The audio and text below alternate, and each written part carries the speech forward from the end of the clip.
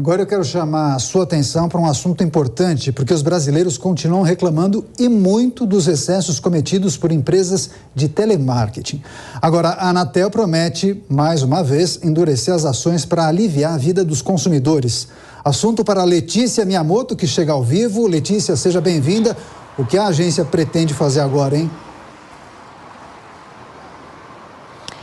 Oi, Daniel, Lívia, olha, eu garanto que essa é uma notícia que interessa a todos os brasileiros, viu? Boa noite para vocês, boa noite para todos que nos acompanham aqui no Jornal Jovem Pan. Inclusive, vou dividir uma situação que aconteceu comigo. Eu estava aqui ao vivo, já posicionada. Assim que vocês me chamaram, eu recebi uma ligação do telemarketing. Consegui desligar a primeira vez e depois eles me ligaram de novo. Então, assim, diversas vezes que isso acontece, eu tenho certeza também que já aconteceu com vocês. Alguma vez já que atrapalhou alguma situação importante como essa? Só hoje 17 vezes, só que eu não atendo mais. Quando eu vejo que é uma ligação de celular sem o número registrado, com a agenda registrada, com o nome da pessoa, eu nem atendo mais, porque se eu atendo, eu sei que é aquela máquina, um robô tentando vender algum serviço. E você, Lívia?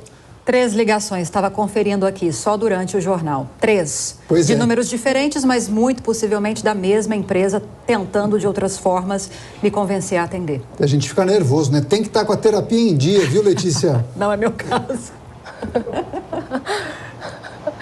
É verdade, Daniel, mas parece que essa situação vai ser, pelo menos, parcialmente resolvida.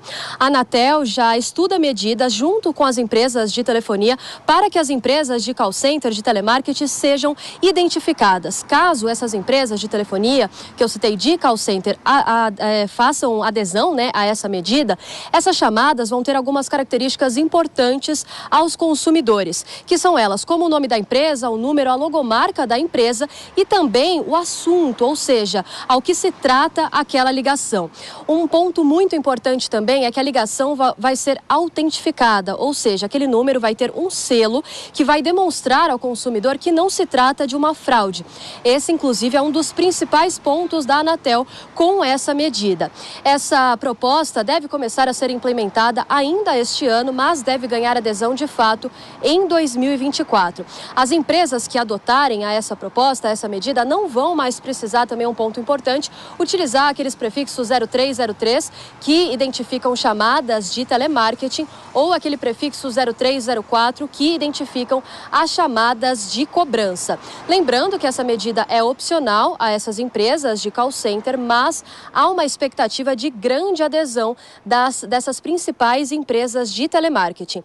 A Anatel também anunciou a prorrogação da medida que bloqueia aquelas chamadas, aqueles números que fazem ligações repetidas consideradas abusivas, ou seja, que fazem mais de 100 mil ligações com duração de cerca de 0 a 3 segundos. A partir de junho, esse bloqueio vai ser obrigatório pelas empresas de telefonia. Daniel. Tá certo, Letícia Miyamoto, assunto que interessa a todos os brasileiros, certamente. Daqui a pouco a Letícia volta com mais notícias e informações. Agora, Nelson Kobayashi, que também recebe muitas ligações dessas empresas de telemarketing ativo. A gente tem observado ao longo dos últimos anos várias tentativas da Anatel de criar mecanismos para proteger os usuários de telefone celular. Mas parece que essas medidas não dão certo. Ou as empresas de tecnologia de telemarketing acabam criando novos sistemas e burlam o regramento. O tal do 0303, para mim, nunca deu certo, porque eu só recebo telemarketing de número de celular. Agora, essa ideia, essa possibilidade de ter o nome da empresa e também um assunto, isso ajuda?